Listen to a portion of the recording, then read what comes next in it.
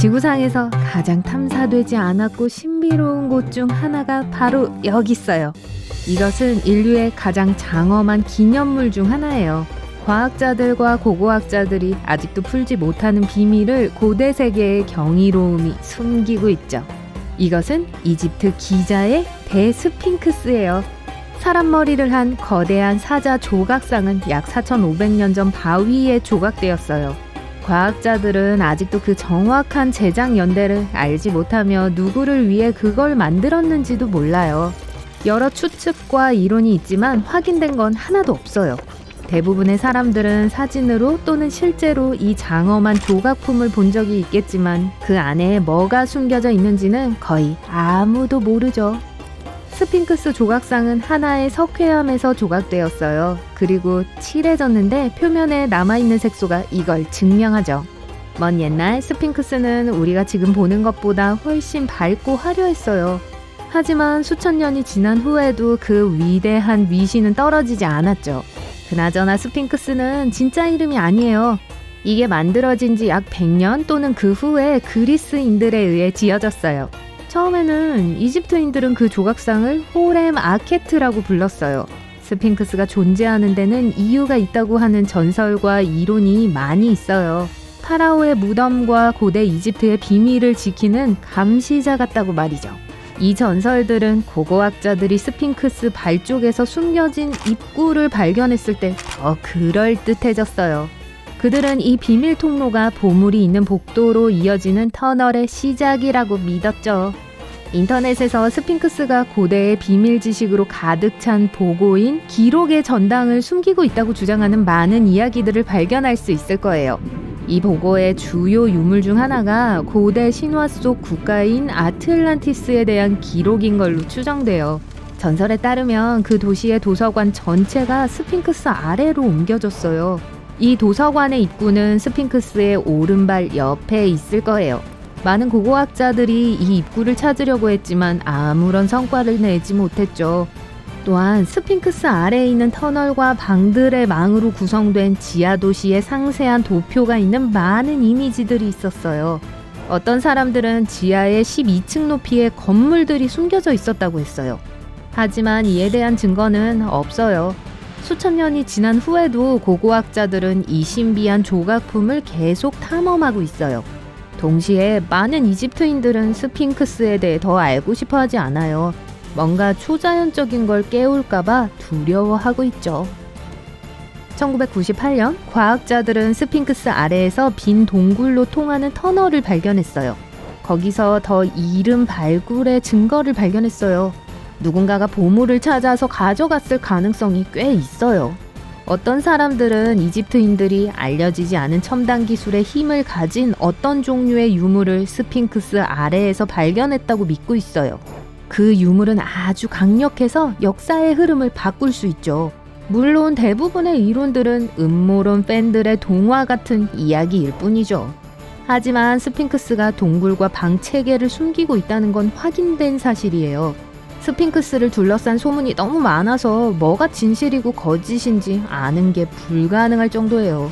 어쨌든 활발한 발굴로 조각상이 파괴될 수 있기 때문에 연구는 어렵고 위험해요.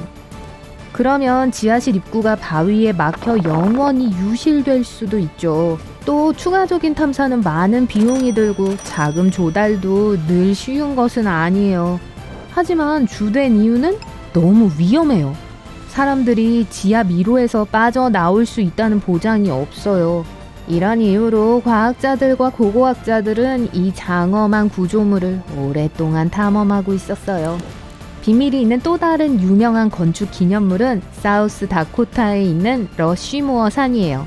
바위에 새겨진 미국 대통령 얼굴의 이미지에 모두가 감탄하지만 아브라함 링컨 머리 뒤에 숨겨진 비밀의 방이 있다는 걸 아는 사람은 거의 없죠.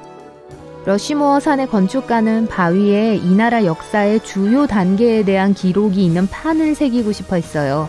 하지만 그의 계획은 실행하기에 너무 복잡했어요. 그러다가 그는 산 안에 밀실을 짓는 훨씬 작은 규모의 공사를 제안받았죠. 취지는 이 지식을 보관해서 후손들이 나라의 역사를 항상 기억할 수 있도록 하는 것이었어요. 안타깝게도 건축가는 작품을 끝낼 시간이 없었어요. 공사는 수십 년 동안 중단되었어요. 하지만 90년대 후반에 이 프로젝트가 재개되었어요. 방에 미국의 역사를 묘사한 도자기 에나멜 판넬이 놓였어요. 그 판들은 그곳에 영원히 보관될 가능성이 있어요. 하지만 적어도 지금은 사람들이 그걸 볼 수 없어요. 그 방 안에 들어가는 것은 아주 어려워서 관광객들이 접근할 수가 없어요. 엠파이어 스테이트 빌딩에 또 다른 밀실이 있어요. 더 정확히 말하자면 방이 아니라 멋진 사진을 찍을 수 있는 곳이에요. 거의 모든 관광객들이 맨하튼의 멋진 전망을 즐기기 위해 86층 전망대로 모이죠. 하지만 102층에 파노라마 창문이 있는 다른 데크가 있어요. 그곳은 거의 아무도 모르기 때문에 사람들이 훨씬 적어요. 다행히 이 데크는 누구나 출입할 수 있어요. 사진을 찍기 위해 오래 줄을 서지 않아도 될 거예요. 사람이 거의 없는 비밀스러운 곳에 있어서 특별한 느낌이 들 거예요. 하지만 더 멋진 곳에 더 높은 103층에 있어요. 여기는 연예인들이 사진을 찍는 넓은 전망대예요. 공공장소는 아니지만 제대로 된 사람들을 알면 갈 수 있어요. 그곳에는 거의 아무런 보안 조치도 없어요. 여러분과 심연 사이에 낮은 난간만이 있을 뿐이죠. 그래서 많은 사람들이 이곳에 오는 게 금지되어 있어요. 거기까지 가는 게 그리 쉽지 않은데 가이드 없이는 성공하지 못할 거예요.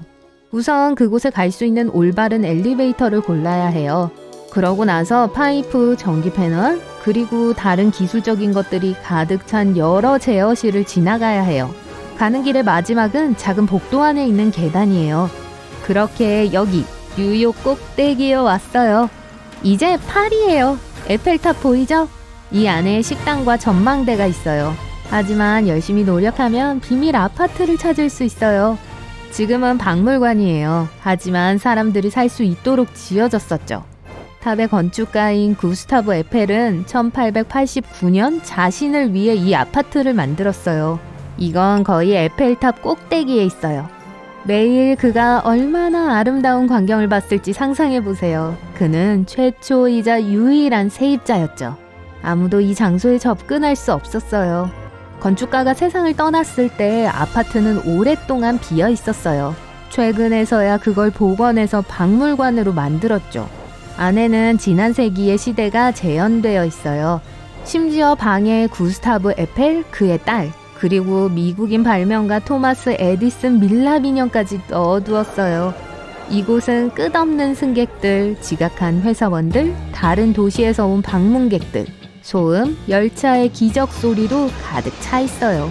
뉴욕의 그랜드 센트럴역에는 이 모든 소리 중에서 공이 라켓에 부딪히는 소리를 들을 수 있어요. 제대로 된 곳에 있다면 말이죠. 진짜 테니스 코트가 뉴욕 센트럴역 안에 숨겨져 있거든요. 이것은 많은 회사 직원들을 위해 회사 경기를 주선하는 테니스 클럽의 소유예요. 이 클럽은 60년대에 오픈했어요. 이제 런던 차링 크로스로드로 이동할게요. 여기선 비밀 장소 하나 찾기도 쉽지 않아요. 이걸 위해선 발을 주의 깊게 볼 필요가 있어요. 아스팔트에 있는 이 하수구역자 보이시나요? 그 안에 리틀 콤턴 스트리트라는 이름의 2개의 표지판을 볼 수 있을 거예요. 네, 바로 아래에 또 다른 길이 있어요. 이것은 19세기 말의 모든 지도에서 사라졌어요. 차링 크로스 로드가 그 위에 지어졌죠. 여러분이 보는 식별기호는 오래된 엔지니어링 터널의 일부예요.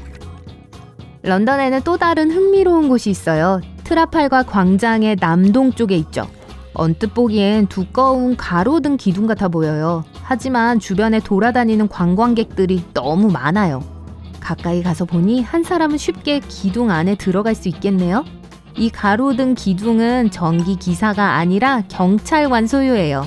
네, 이건 세계에서 가장 작은 경찰서예요. 1930년대에 지어졌고 초소로 사용되었죠. 경찰관들은 그곳에 한 명씩 앉아 늘 많은 소매치기와 다양한 범죄자들을 끌어들이는 트라팔가 광장을 지켜보았죠.